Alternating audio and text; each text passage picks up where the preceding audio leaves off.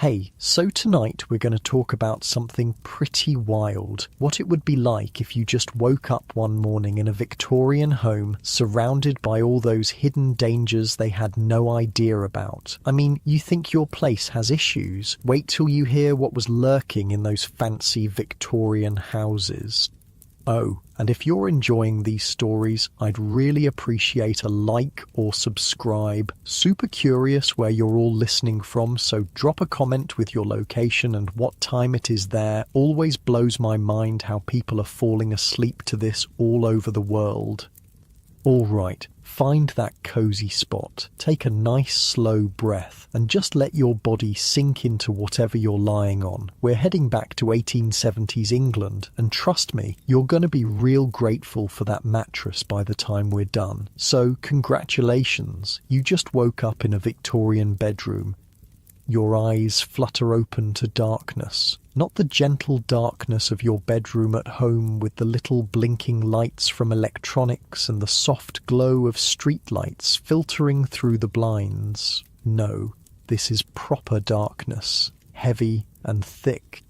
The mattress beneath you isn't the memory foam you're used to. It's lumpy horsehair stuffed into ticking fabric. The springs, literal metal springs, poke at your back in odd places. You shift a little, trying to get comfortable. That distinctive crinkle and rustle isn't your sheets. It's straw. The Victorians often put straw in their mattresses for extra cushioning. Not exactly memory foam, is it? The air feels different, heavier somehow. There's a smell you can't quite place. Not exactly unpleasant, but unfamiliar. Wood smoke, coal dust, something musty and old. Beeswax candles, linseed oil from furniture polish. Your breath makes little clouds in the frigid morning air. Even the wealthy Victorian homes were freezing in the morning. No central heating here, just fireplaces, and none of them are lit yet. And that's when you hear it. Footsteps, light but purposeful, coming up what sounds like wooden stairs. The soft glow of a candle appears under the door. The door creaks open. A young woman in a plain black dress with a white apron stands there, candle in hand. The housemaid, come to light your fire before you get up. It's how all proper Victorian days begin if you're fortunate enough to be middle or upper class. "Good morning, ma'am," she says with a little curtsy. "It's 6:30. Shall I light your fire?" Before you can answer, she's already moving to the fireplace. You watch, fascinated, as she kneels down and begins laying kindling and coal. Within minutes, a small fire is crackling in the grate. "Cook says breakfast will be at 8, ma'am. Will you be wanting a bath this morning?" A bath. Now that sounds nice, until you remember that Victorian bathing involved servants hauling buckets of hot water up flights of stairs, pouring them into a metal tub that's been placed in front of the fire, and then standing around while you wash. Not exactly the private experience you're used to. "No thank you," you manage to say. "Just some water for washing, please." The maid nods and leaves, returning moments later with a porcelain pitcher and basin. She pours the steaming water into the bowl, places it on the washstand, and then lays out a towel. "Will there be anything else, ma'am?" "No, thank you. That's all." She curtsies again and withdraws, closing the door softly behind her. You throw back the heavy wool blankets and quilts and swing your legs over the side of the bed. The floor is bare wood, cold as ice beneath your feet. No wall-to-wall carpeting here, just scattered rugs that do little to ward off the chill. You make your way to the washstand and peer into the mirror above it. The glass is wavy, giving your reflection a slightly distorted look. You splash some water on your face and reach for what you assume is soap, a hard yellow bar that smells strongly of lye.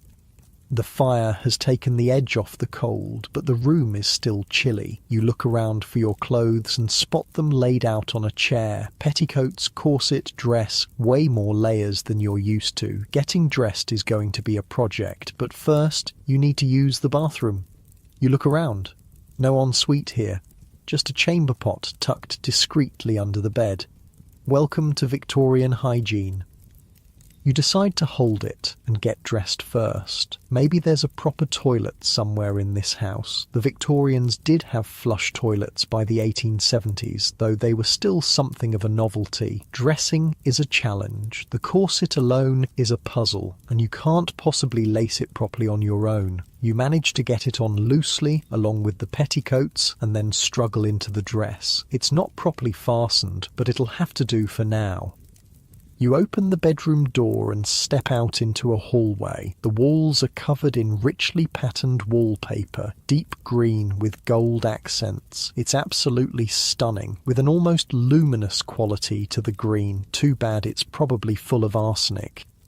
Yeah, that's right, that gorgeous green wallpaper. In Victorian times, they used arsenic to create that vibrant shade of green. Sheely's green, they called it, or Paris green. And it was everywhere. Wallpaper, curtains, clothing, even children's toys. The Victorians were absolutely obsessed with this particular shade, not realising they were essentially surrounding themselves with poison. When it got damp or heated, the arsenic would release into the air. People breathing it in would get sick, headaches, nausea, even death in extreme cases. But the Victorians had no idea. They just thought the wallpaper was pretty. You make a mental note not to lick the walls. Not that you were planning to. You make your way downstairs, one hand on the banister to steady yourself. The stairs are steep and narrow, another hidden danger of Victorian homes. Uneven steps were common, especially in the back stairs used by servants. One misplaced foot and you could take a nasty tumble. The main staircase, though, is grand and well constructed. The wealthy Victorians spared no expense on the parts of their homes that visitors would see. It's the hidden areas, servant stairs, back rooms, where corners were cut. You reach the bottom of the stairs and find yourself in an entrance hall. It's dimly lit, with heavy curtains blocking most of the morning light. Gas lamps flicker on the walls, casting an eerie glow. Another Victorian innovation that brought both convenience and danger. Gas lighting was a huge improvement over candles, but gas leaks were common and could lead to explosions or asphyxiation. A delicious smell wafts from what you assume is the direction of the kitchen. Bacon, fresh bread, coffee, your stomach growls. Maybe breakfast will help you make sense of this strange situation. You follow the smell down a hallway, past a formal dining room with a massive table that could seat 12, and into a cosy morning room. A smaller table is set for breakfast, with silver dishes keeping food warm over small flames.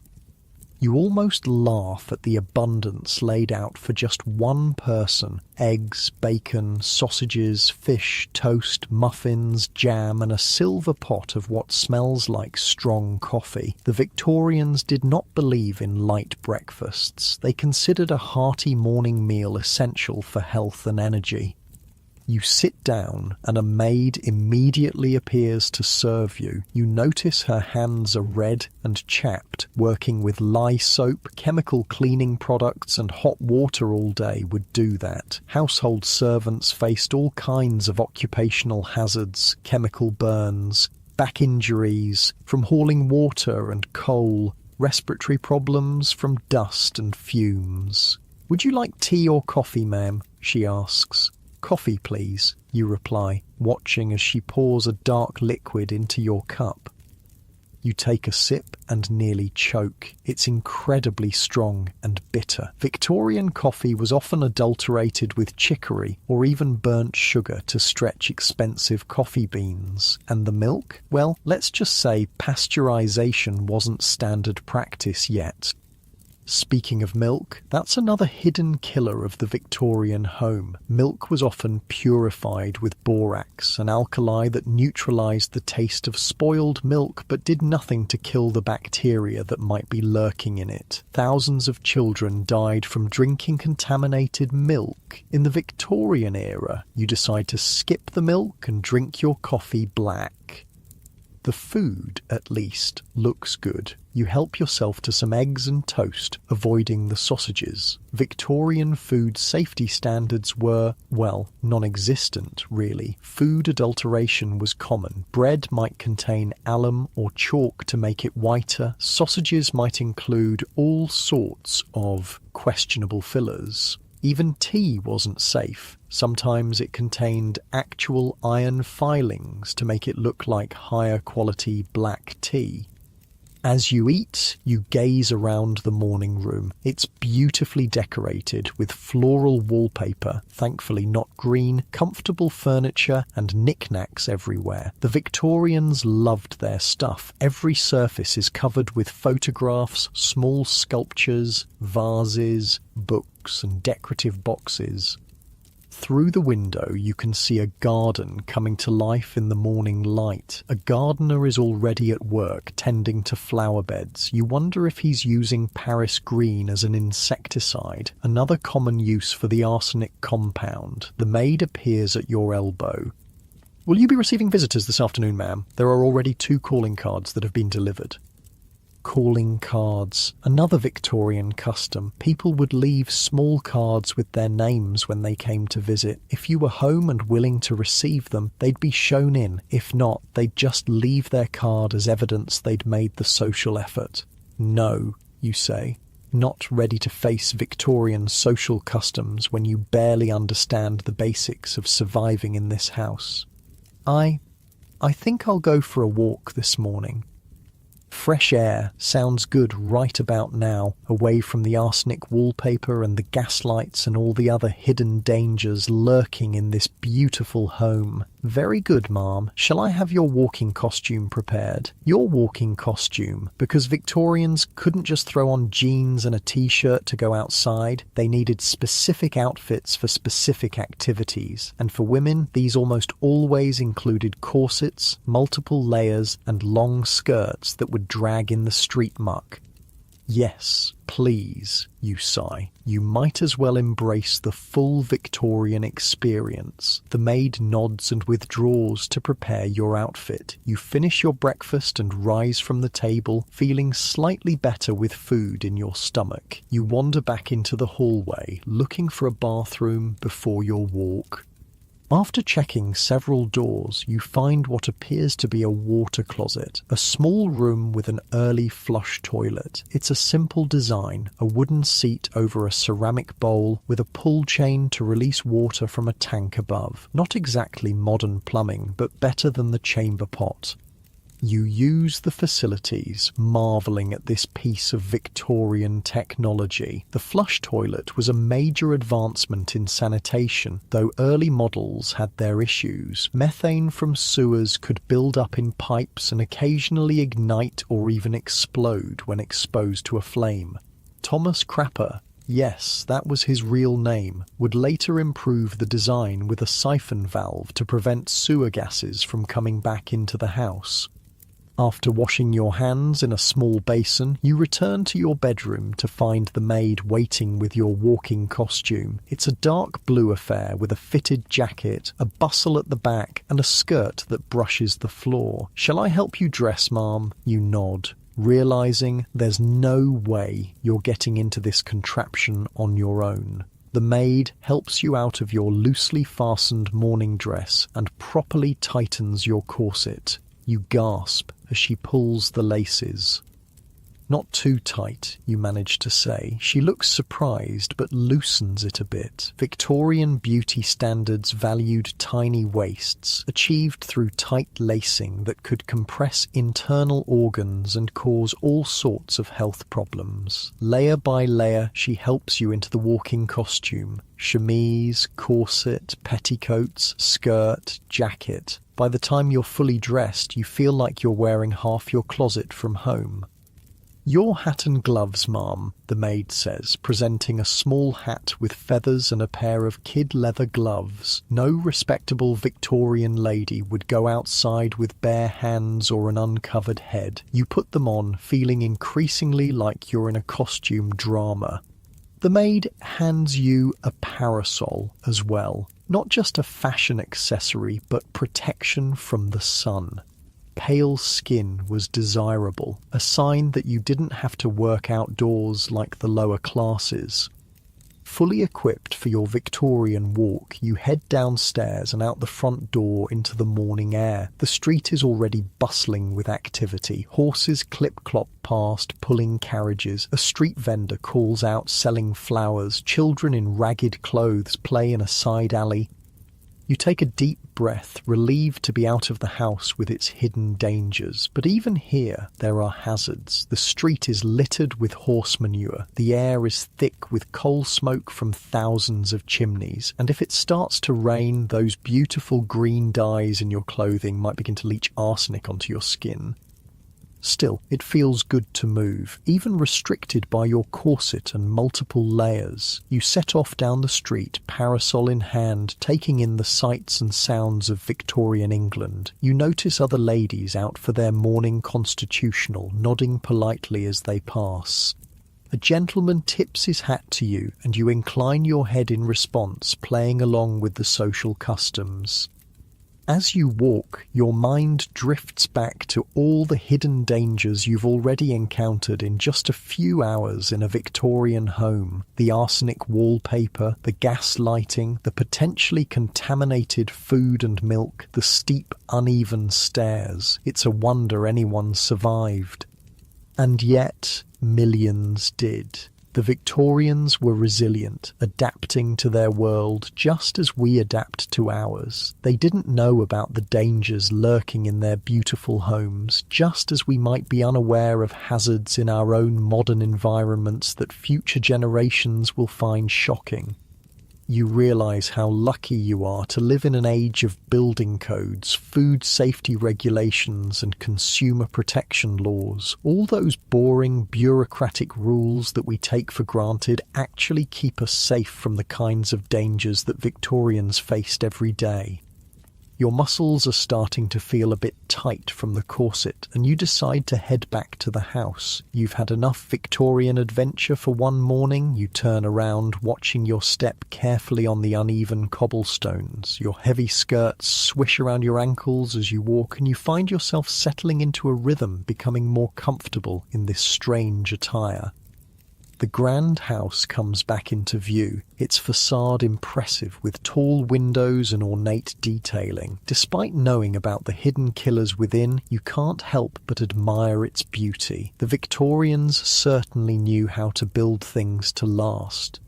As you approach the front steps, you notice something you missed earlier. The boot scraper by the door, an essential tool in an era of muddy, manure-filled streets. You carefully clean your boots before entering, one small concession to Victorian propriety. The house feels warmer now that the day has progressed. Fires burn in several rooms, taking the chill from the air. You make your way to what appears to be a drawing room and sink into a plush armchair, grateful to be off your feet.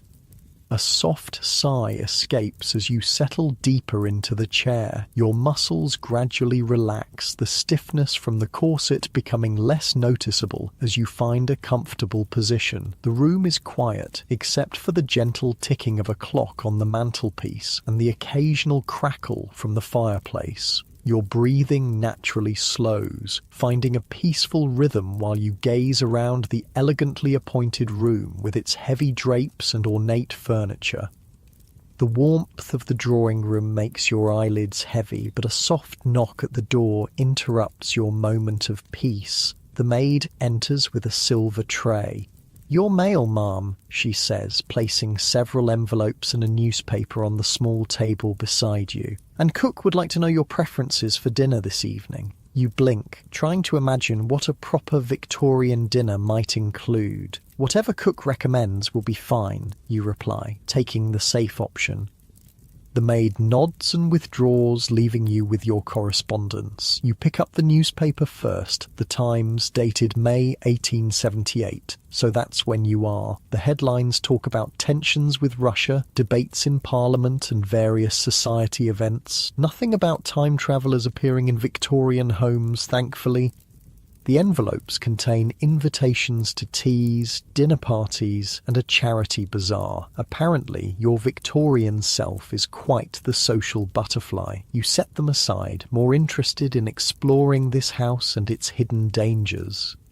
You rise from the chair, feeling the constraint of your corset as you do. The Victorians really did themselves no favours with these torture devices. Restricted breathing, compressed internal organs, deformed ribs, all in the name of a fashionably tiny waist. And that's not even mentioning the damage done by the weight of all these skirts hanging from your compressed waist. No wonder Victorian women were always fainting.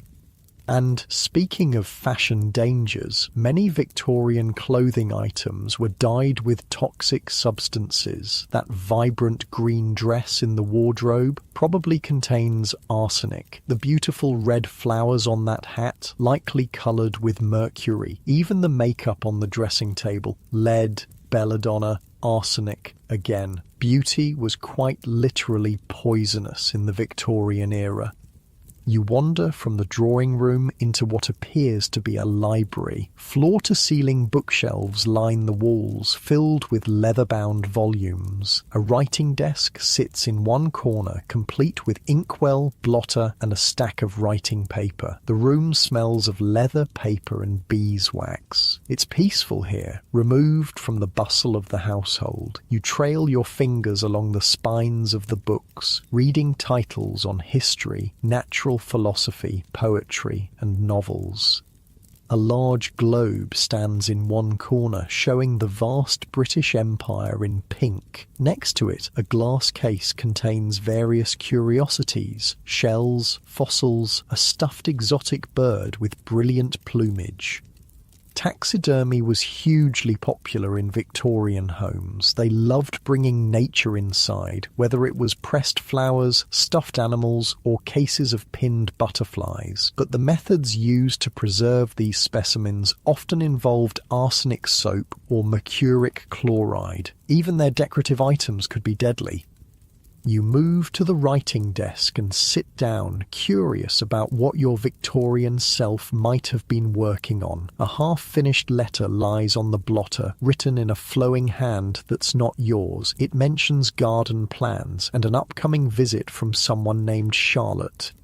The ink is still in liquid form in a small glass well. Iron gall ink, probably. The standard writing ink of the time. It contains tannic acid, which can be corrosive enough to eventually eat through paper. Not immediately dangerous to you, but worth noting as another everyday item with hazardous properties. A soft chiming from a clock on the mantelpiece tells you it's now noon. The house seems to have come fully alive while you were reading. You can hear movement downstairs, the staff preparing lunch perhaps. You rise and continue your exploration, moving into the hallway and toward the back of the house. The kitchen would be interesting to see, but you're not sure if it would be proper for the lady of the house to intrude on the cook's domain. Victorian homes operated on strict hierarchies, with everyone knowing their place. Instead, you find yourself in a small room that appears to be a kind of office or business room. A desk contains household account books, receipts, and various documents. This is where the practical business of running a Victorian household would take place.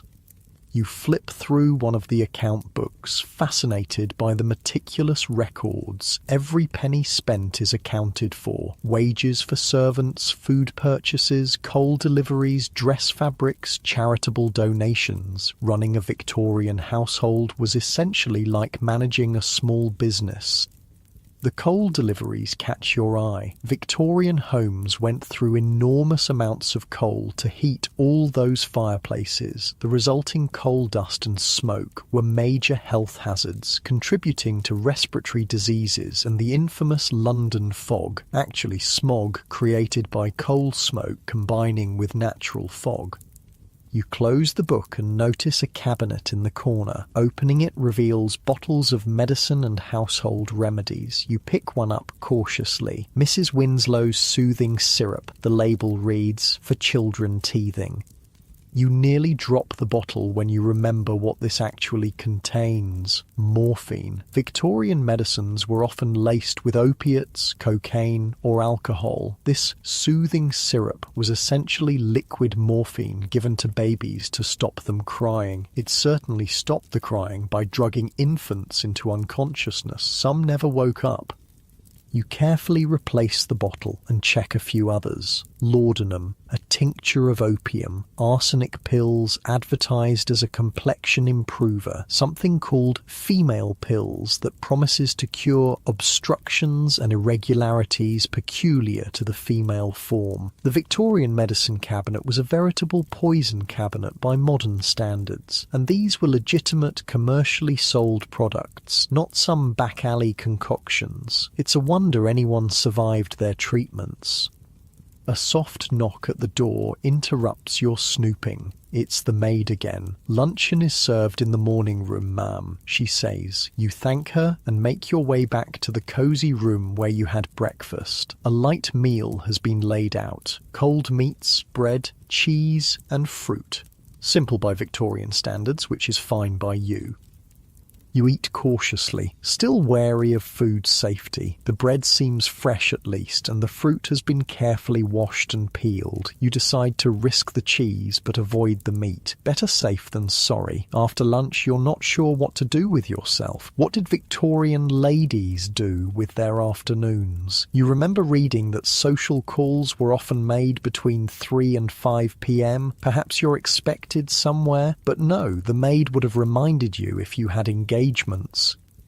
You decide to explore upstairs, curious about the rest of the house. The staircase creaks slightly under your weight as you ascend. Victorian construction was generally solid, but not perfect. At least this main staircase is well built, unlike the narrow, steep servant stairs that cause countless accidents.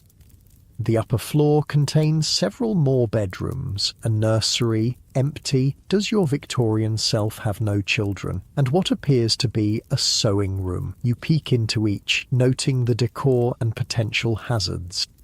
The nursery is particularly interesting. It's cheerful, with alphabet blocks and wooden toys scattered about, but you notice a painted rocking horse in the corner, its bright red and green paint likely containing lead. Lead paint was standard for children's toys, furniture, and room decorations.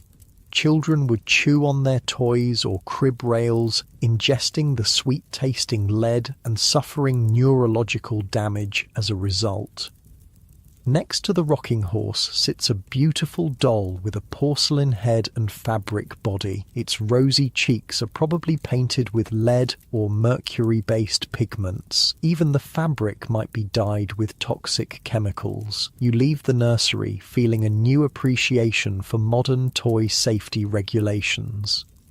The sewing room contains a table with a hand-cranked Singer sewing machine, a relatively new innovation for home use in this period. Beside it are baskets of fabric, spools of thread, and various sewing notions. You run your hand over a piece of emerald green fabric, then jerk it away, remembering the arsenic dyes. Better not to touch anything too colourful. A dressmaker's dummy stands in the corner, its waist impossibly small. You measure it with your hands and guess it's about 18 inches around. Your Victorian self must be dedicated to tight lacing.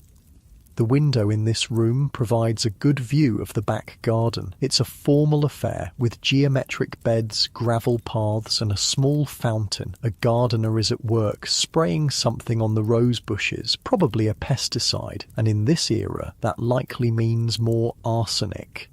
Paris green was commonly used as an insecticide, contaminating soil and potentially the groundwater. You turn away from the window, feeling slightly overwhelmed by all these hidden dangers. Every room, every object seems to harbour some potential harm. How did the Victorians survive? But they did survive, you remind yourself. They were resilient, adaptable, and largely unaware of the risks they lived with. Just as we probably live with hazards that future generations will find shocking.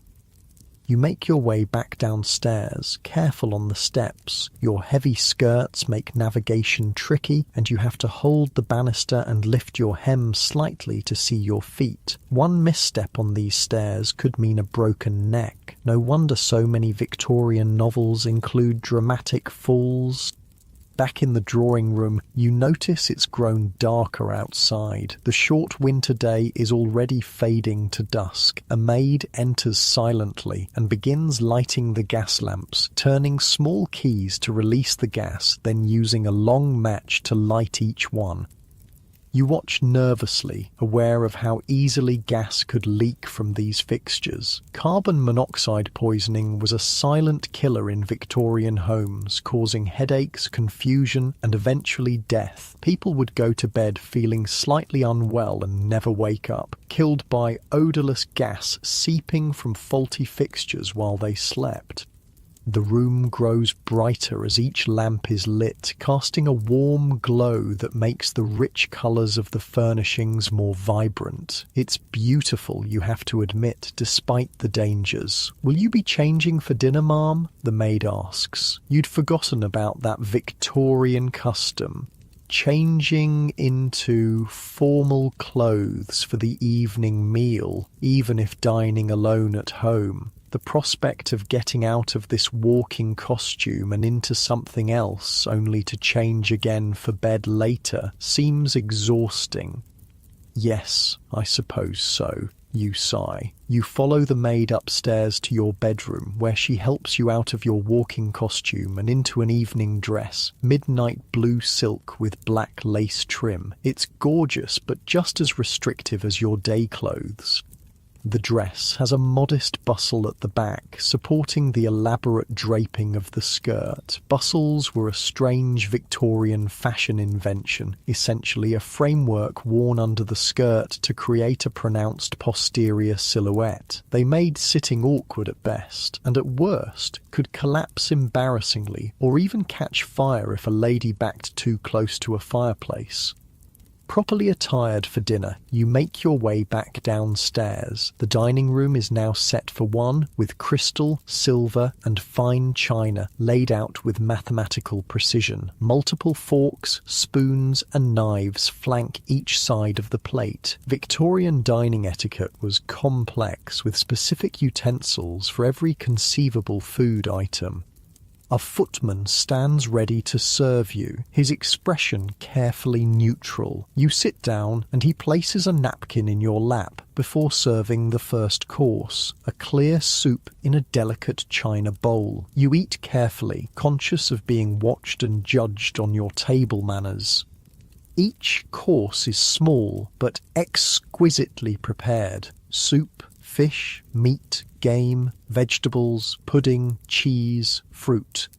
It's excessive for one person, and you can only manage a few bites of each offering. The footman serves you a small glass of sweet wine with dessert. You sip it cautiously, aware that Victorian wine might contain all sorts of additives, lead to sweeten it, or other stranger ingredients to improve colour or clarity. By the time the meal concludes, you're exhausted from maintaining proper posture and navigating the complex meal service. Victorian formality is wearing, even when dining alone. "Will you take coffee in the drawing room, ma'am?" the footman asks. "Yes, thank you," you reply, rising from the table. Back in the drawing room, you sink into an armchair near the fire. The day has grown cold as night falls, and the warmth is welcome. You notice a decanter of brandy on a side table and briefly consider a nightcap, but decide against it. Victorian spirits were often adulterated with all sorts of harmful substances to increase profits. A maid brings coffee on a silver tray, setting it on a table within your reach before withdrawing silently. The coffee is strong and bitter, but the warmth is comforting. You gaze into the fire, contemplating everything you've learned about the hidden dangers of Victorian life. It's been less than a day and you've already identified dozens of potential hazards, from arsenic wallpaper to lead paint, from gas lighting to toxic medicines, from dangerous staircases to contaminated food. And yet, there's a certain charm to this world as well. The attention to detail in craftsmanship, the formality that lends significance to daily activities, the clear boundaries and expectations. It's alien to your modern sensibilities, but you can see why people of this era found comfort in their ordered existence. The clock chimes 8. Still early by your standards, but in Victorian times, especially during winter, people often retired early to conserve expensive candles and lamp oil.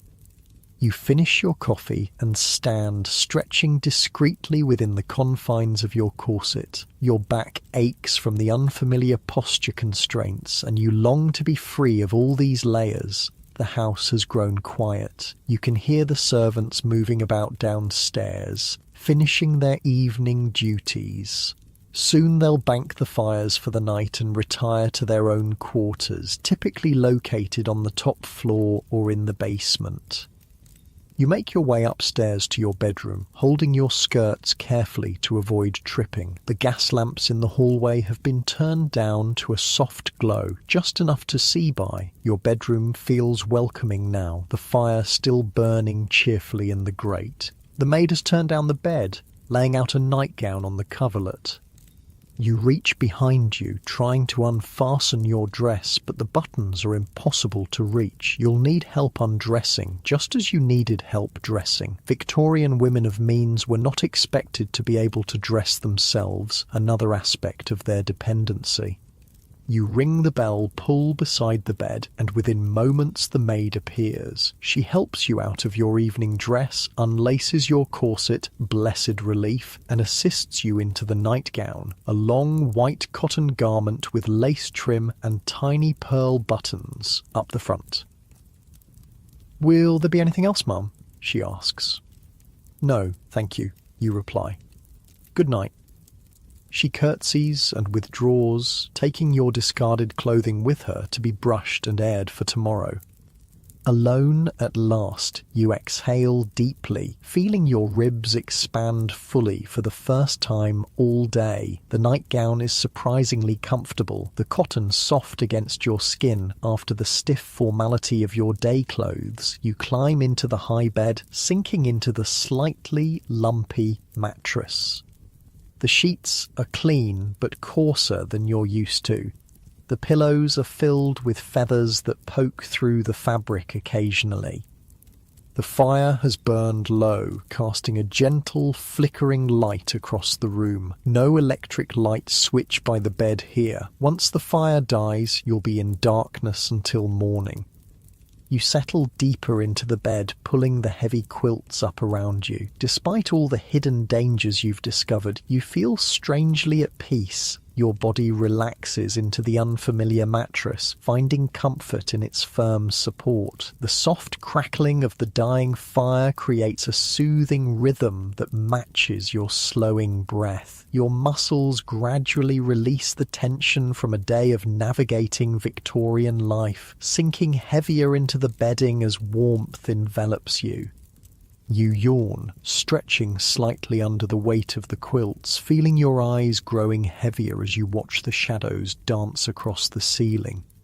A loud bang from somewhere downstairs jolts you awake. Your heart races as you try to orient yourself. The fire has died down to embers, casting just enough light to remind you where you are, still trapped in this Victorian house with all its hidden dangers. You strain your ears, listening for any other sounds. Was it just a settling house, an intruder, or something more sinister? A gas explosion, perhaps?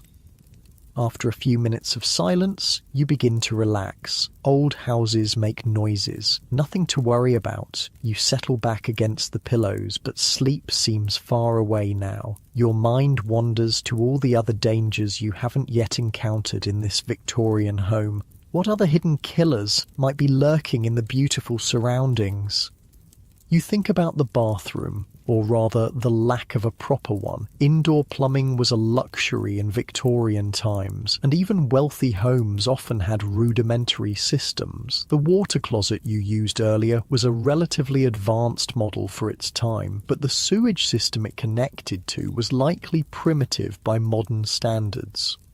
Sewer gases, including methane, could build up in these early systems and sometimes leak back into the house. That's why Thomas Crapper's invention of the S-trap was so important. It created a water barrier that prevented gases from rising back through the pipes.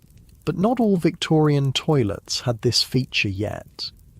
And what about the water itself? Victorian water supplies were often contaminated with bacteria from sewage. London's Great Stink of 1858 was a vivid demonstration of how bad things had gotten. The Thames had become an open sewer, and the stench was so unbearable that Parliament had to be suspended. Major cholera outbreaks were common until public health reforms improved water quality. Even in wealthy homes, water might be stored in lead-lined tanks, slowly poisoning the household.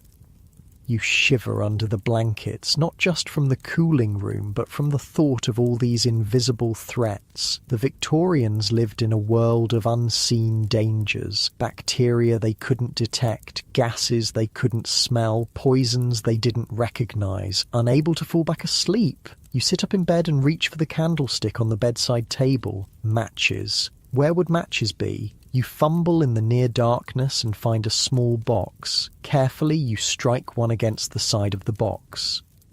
The match flares to life with a bright flare and a strong smell of sulphur. You quickly light the candle before the match burns your fingers. Early matches were dangerous things. Before the safety match was invented in 1855, people used lucifer matches that could ignite with the slightest friction. They contained white phosphorus, which caused a horrific occupational disease called phossy jaw in the factory workers who made them.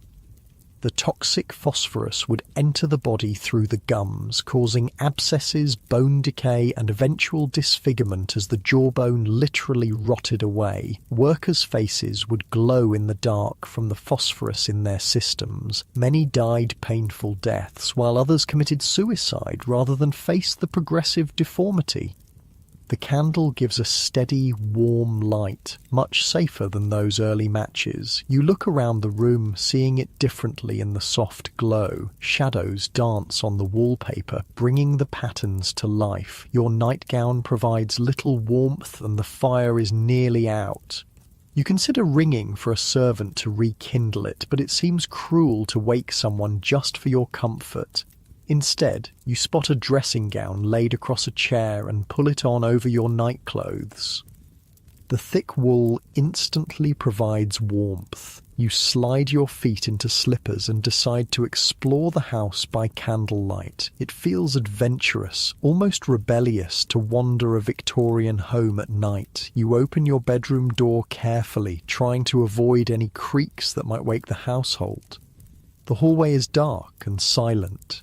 You lift your candle higher, watching the shadows retreat from its light. The grand staircase looks different at night, more imposing, almost threatening. You descend slowly, one hand holding the candle, the other clutching the banister. The steps seem steeper in the dim light, and you're acutely aware of how easily you could fall. Household accidents were a leading cause of death in Victorian times, and stairs were particularly dangerous. You reach the bottom safely and pause, considering which way to go. The drawing room holds little interest now. You've already explored it thoroughly. Instead, you turn toward the back of the house, curious about the kitchen and service areas you haven't yet seen. A long corridor leads past the dining room toward what must be the servants' domain. You follow it, your slippers silent on the wooden floor. The house feels larger at night, the shadows concealing its true dimensions. You reach a baize door, the traditional barrier between the family areas and the servants' quarters. It's covered in green fabric to muffle sounds from the kitchen and to create a clear boundary between the two worlds of the Victorian house. You push it open gently and step into a different realm. The air is cooler here, the decor much plainer. No expensive wallpaper or ornate mouldings, just simple painted walls and functional furnishings. A large kitchen opens up before you. By daylight it would be a busy, steamy place full of activity. Now it's quiet and still, but signs of the day's work remain. A large cast-iron range dominates one wall, its fire banked for the night but still radiating some heat. Copper pots hang from a rack, gleaming dully in your candlelight. A massive wooden table occupies the centre of the room, its surface scarred from years of food preparation. You set your candle on the table and look around with interest. The kitchen was the heart of the Victorian home, but it was also one of the most dangerous rooms. Burns and scalds were common injuries for cooks and kitchen maids who worked with open flames and boiling liquids all day. The heavy cast-iron pots could cause serious injuries if dropped.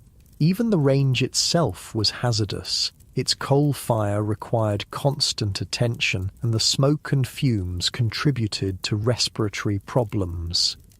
A movement in the corner catches your eye and you freeze. A small dark shape scurries across the floor, a mouse heading for cover. Victorian kitchens, with their stores of food and warmth, were havens for rodents despite the best efforts of servants and cats. Speaking of cats, you hear a soft meow and turn to see a tabby watching you from atop a large cupboard. The kitchen cat, kept not as a pet but as a working animal to control the mouse population, it regards you with amber eyes, seemingly unbothered by your intrusion into its domain. Next to the kitchen is a scullery, a separate room for the messy work of washing dishes and scouring pots. A large stone sink stands under a window, with a hand pump for drawing water. No hot and cold taps here. Water would be heated on the range and carried to the sink in kettles and buckets.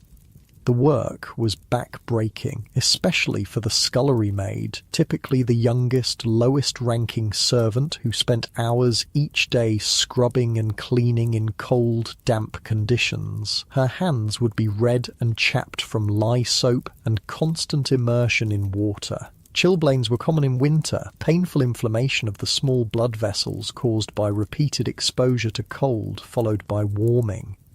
You leave the scullery and continue exploring. A door leads to a small pantry, its shelves lined with foodstuffs, flour, sugar, dried beans, and preserves in glass jars. You lift your candle to examine the labels, curious about Victorian food storage. One jar contains pickled vegetables, a common preservation method before refrigeration, but the metal lid gives you pause. It's likely sealed with lead solder, which could leach into the food and cause chronic lead poisoning. The symptoms, fatigue, irritability, abdominal pain, would often go unrecognized or be attributed to other causes. Another shelf holds bottles of sauce and condiments, including the popular Worcestershire sauce. The original recipe contained anchovies fermented in brine, creating the distinctive savoury flavour that Victorians loved. But without modern refrigeration and preservatives, these condiments could harbour dangerous bacteria, especially once opened. You back out of the pantry, suddenly less interested in Victorian cuisine. Your candle is burning low, and you should return upstairs before you're discovered wandering where the lady of the house has no business being. As you turn to leave, another door catches your attention, probably leading to the cellar. Victorian cellars were multi-purpose spaces used for storing coal, wine, and preserved foods. They were often damp, poorly ventilated, and breeding grounds for mould and fungi. Some of these molds could be toxic, especially black mold that thrived in damp conditions. The Victorians wouldn't have understood the connection between mold exposure and respiratory problems, headaches, or fatigue. They might attribute such symptoms to bad air or miasmas, rather than identifying the specific cause. You decide against exploring the cellar. It would be dark, possibly locked, and venturing down steep stone steps by candlelight seems unnecessarily risky. Instead, you make your way back through the kitchen toward the baize door. As you pass the range, you notice a collection of flat irons on a shelf nearby. These solid metal implements would be heated on the range and then used to press clothing and linens. Before electric irons, this was how wrinkles were removed, with heavy, scorching hot pieces of metal that required skill and caution to use without burning oneself or the fabric. Laundry work was another hazardous occupation in Victorian times. The washerwomen or laundry maids would use caustic soaps, boiling water, and dangerous equipment like mangles, devices with heavy rollers that pressed water from wet clothes but could crush fingers if used carelessly.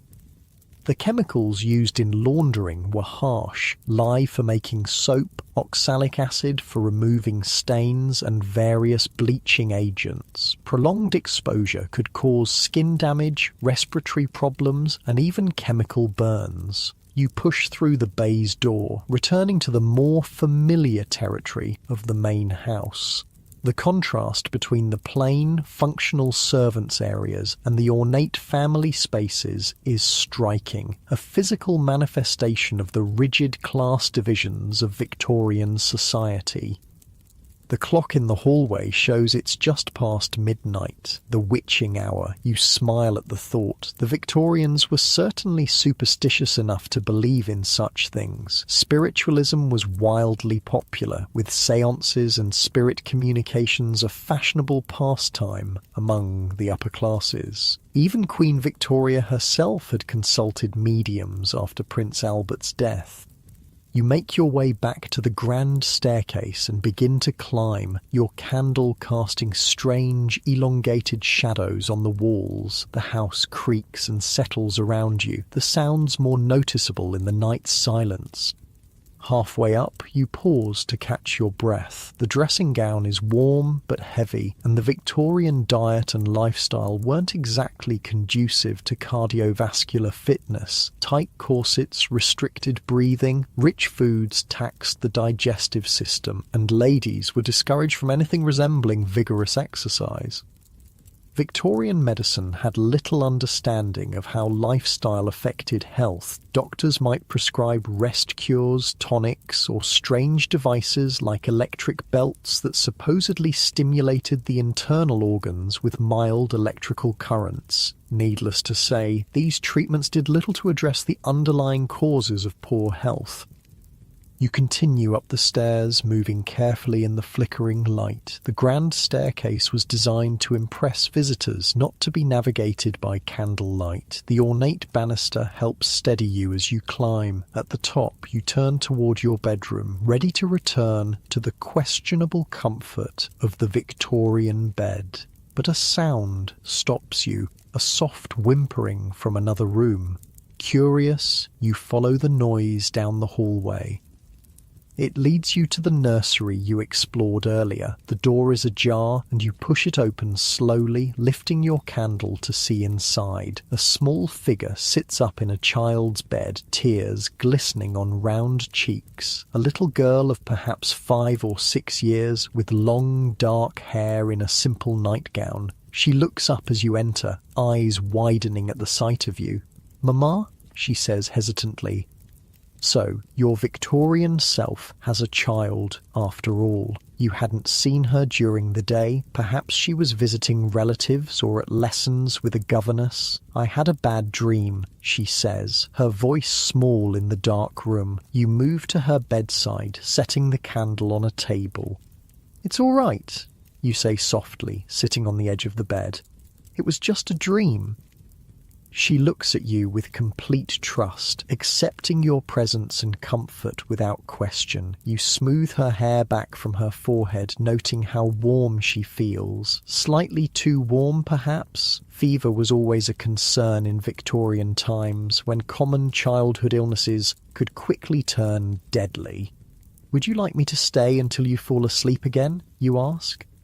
She nods, lying back against her pillows. You tuck the blankets around her, noting that despite the apparent wealth of the household, the child's bed is fairly simple, an iron bedstead with a thin mattress. Victorian child-rearing philosophy emphasized simplicity and discipline, even for the wealthy. No soft, cozy beds or excessive toys that might spoil the child. You sit quietly, watching as her eyelids grow heavy. The candle flickers, casting gentle shadows across the room. The rocking horse stands sentinel in the corner, its painted eyes seeming to watch you in the dim light. The child's breathing deepens as she drifts back to sleep. You remain a few minutes longer, studying her face. She looks peaceful now, untroubled by bad dreams or thoughts of the many dangers surrounding her in this beautiful, treacherous Victorian home. How many hazards does this child face each day without knowing it? The lead paint on her toys, the potentially contaminated milk she drinks, the medicines laced with opiates that might be given to her for the slightest complaint, the diseases that Victorian medicine has no real treatment for: diphtheria, scarlet fever, measles, whooping cough.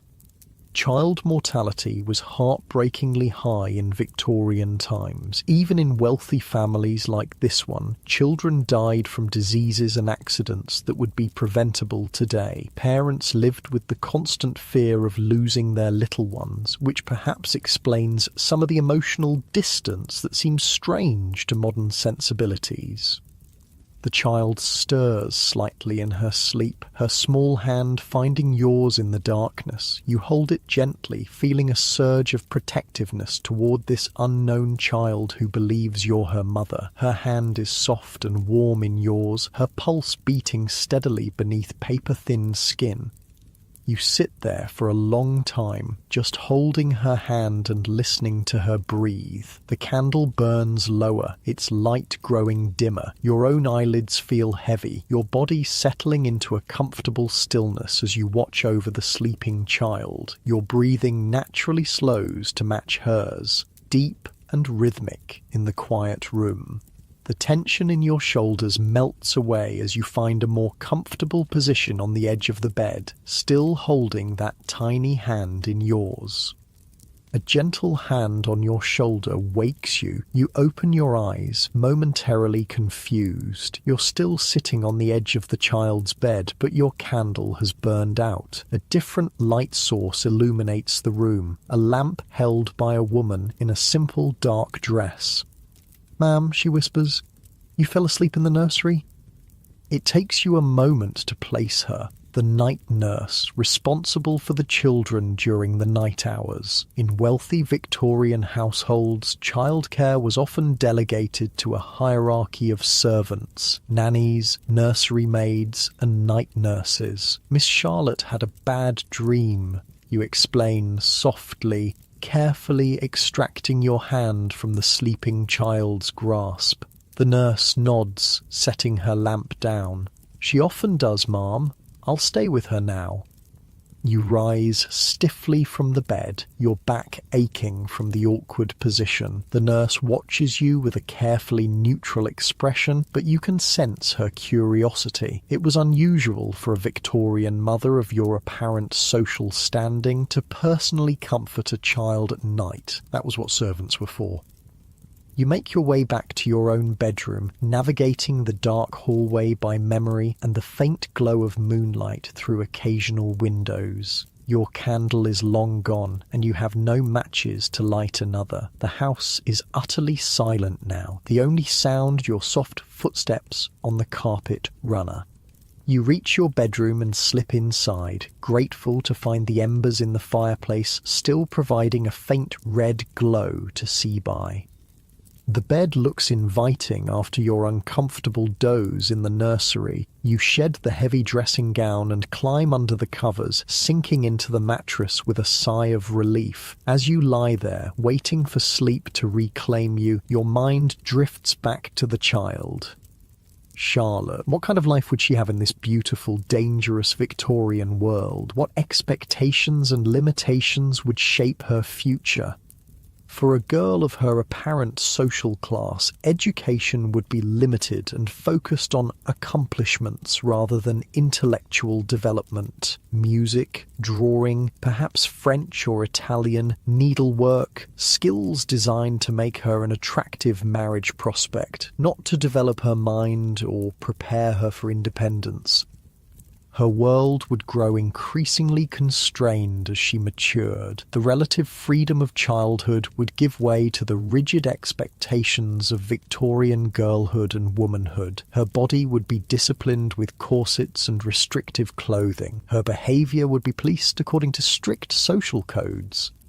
And her health would face numerous threats beyond the everyday dangers of the Victorian home. Puberty would bring the additional hazard of childbearing in an era before antibiotics or safe caesarean sections. Maternal mortality was high, even among the wealthy. Women died from hemorrhage, infection, and eclampsia, conditions that are treatable today but were often fatal in Victorian times. You turn onto your side, pulling the blankets higher against the chill. The fire has almost died now, leaving the room in near darkness. Your thoughts continue to circle, unable to settle. Even if Charlotte survived to adulthood and the potential dangers of childbirth, she would face other health risks unique to Victorian women. The fashionable tight lacing of corsets could cause internal organ damage and breathing difficulties. The heavy skirts dragging on polluted streets would bring filth into the home. The restrictive clothing would discourage exercise and contribute to poor overall health. And then there were the psychological constraints. Victorian women of the middle and upper classes were confined to a separate sphere, the domestic realm. They were considered morally superior but intellectually inferior to men, too delicate for education or professional ambitions, yet somehow strong enough for the demands of running a household and bearing numerous children. The result was often what Victorian doctors called hysteria, a catch-all diagnosis for women's physical and mental health complaints that we now recognise as depression, anxiety, and legitimate physical ailments. The treatments were sometimes as harmful as the conditions themselves, from arrest cures that involved complete isolation to surgical interventions like female castration, removal of the ovaries. You shiver, not entirely from the cold. The past was indeed a foreign country, with different values, different knowledge, and different dangers. For all the aesthetic appeal of Victorian design and the romanticised vision of Victorian family life, the reality was far harsher than most modern people realise. Your thoughts are interrupted by a strange smell, something acrid and chemical. You sit up, suddenly alert. Fire was a constant danger in Victorian homes, with their open flames, gas lighting, and lack of fire safety standards. You sniff again, trying to identify the odour. It's not quite smoke, but something equally concerning. Could it be gas? A leaking gas pipe would fill a room with odourless, deadly carbon monoxide, but the gas itself often had additives that gave it a distinctive smell. You climb out of bed, heart racing, and follow your nose. The smell seems to be coming from the hallway. You open your door cautiously and peer out. A faint light comes from the end of the corridor. Someone is awake in another room. You wrap your dressing gown around you again and move toward the light, still trying to identify the troubling smell. It leads you to a small room you hadn't noticed before, a private bathroom, more advanced than you would have expected for this period. Inside, a man stands at a sink, mixing something in a glass vessel. He's middle-aged with a beard and dressing gown, concentrating intently. on his task. He looks up, startled at your appearance. "My dear, you should be asleep," he says. "Your Victorian husband, you presume." He seems unalarmed by the chemical smell that brought you here. "What are you doing?" you ask, eyeing the array of bottles and powders on the countertop. "Just mixing my sleeping draught," he explains. "The doctor says it's perfectly safe, but the smell is rather unpleasant, I know." You step closer, examining the ingredients with growing concern. You recognize laudanum, a tincture of opium, and what appears to be chloral hydrate, an early sedative. Both were commonly prescribed by Victorian doctors for insomnia, anxiety, and a host of other complaints, real or imagined. Both were also potentially addictive and dangerous, especially in combination. Chloral hydrate was nicknamed knockout drops and was one of the first date rape drugs. Mixed with alcohol, it formed a concoction known as a Mickey fin that could render someone unconscious. "Does it help you sleep?" you ask cautiously. He nods, stirring the mixture with a glass rod. "Most effectively, though it does leave one rather groggy in the morning. The price we pay for modern medicine, I suppose." Modern medicine, indeed. You watch as he measures out a dose with a small glass dropper, adds it to a tumbler of water, and drinks it down with a grimace. "Vile stuff," he comments, "but better than lying awake until dawn. You should return to bed, my dear. No sense in both of us suffering from insomnia." You nod, backing out of the bathroom. He follows, turning down the gas lamp and closing the door behind him. The smell lingers in the hallway, but it's already dissipating. "Good night," he says formally, giving you a slight bow before heading toward what you assume is his bedroom. Separate bedrooms were common among the Victorian upper classes, another difference from modern domestic arrangements. You return to your own room, troubled by what you've witnessed. How many Victorians were slowly poisoning themselves with doctor-prescribed chemicals? Laudanum addiction was widespread but rarely acknowledged. Women were particularly vulnerable, often being prescribed opiates for female complaints and then becoming dependent on the drugs. Back in bed, you pull the covers up to your chin, feeling the chill more acutely now. The fire has died completely, leaving the room in darkness. You can hear the wind outside, rattling a loose window frame somewhere. Winter nights were long and cold in Victorian England. Even wealthy homes struggled to maintain comfortable temperatures with only fireplaces for heat. The poor suffered far worse, sometimes burning furniture or even parts of their houses when coal ran out. You think of the servants sleeping in attic rooms far above or basement chambers below. Their quarters would be Spartan at best. Narrow beds, minimal furnishings, perhaps a small fireplace shared among several rooms. They would rise before the family, prepare the house for the day, and work until late evening, all for wages that barely covered their basic needs. The inequality of Victorian society was stark and accepted as natural. The rigid class hierarchy shaped every aspect of life, from housing to education to healthcare. The wealthy might pity the poor, might engage in charity, but few questioned the fundamental structures that created such disparities. You burrow deeper under the blankets, seeking warmth and comfort. Despite all its dangers and injustices, there's something compelling about this Victorian world. The craftsmanship in everyday objects, the attention to beauty in ordinary things, the clear social codes that, while restrictive, provided structure and meaning. But you wouldn't want to live here permanently, not with the arsenic in the wallpaper, the lead in the paint, the opium in the medicine cabinet, and all the other hidden killers lurking in plain sight. Your thoughts drift to your own modern home, with its smoke detectors and carbon monoxide alarms, its child-proof cabinets and lead-free paint. The safety features you take for granted are the result of hard lessons learned, often at tragic cost. The wind rises outside, sending another rattling sound through the house. Old houses are always noisy at night, settling and creaking as temperature changes cause materials to expand and contract. You listen to the sounds of the Victorian night, the wind, the house, the occasional distant noise from the street. No cars, no airplanes, no electronic hums or beeps, just the natural sounds of weather and wood and the occasional clip-clop of a late-night hansom cab passing by. There's a certain peace in that simplicity. For all its dangers, the Victorian world moved at a slower pace, without the constant connectivity and information overload of modern life. You feel yourself growing drowsy again, your mind slowing as sleep approaches. The unfamiliar sounds and smells of the Victorian house have become almost comforting in their strangeness.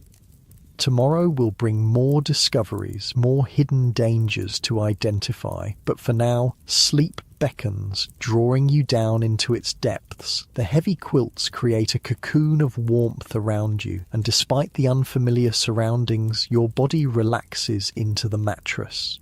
Your last conscious thought is of Charlotte, sleeping peacefully in her nursery under the watchful eye of the night nurse. What will her future hold in this beautiful, dangerous Victorian world?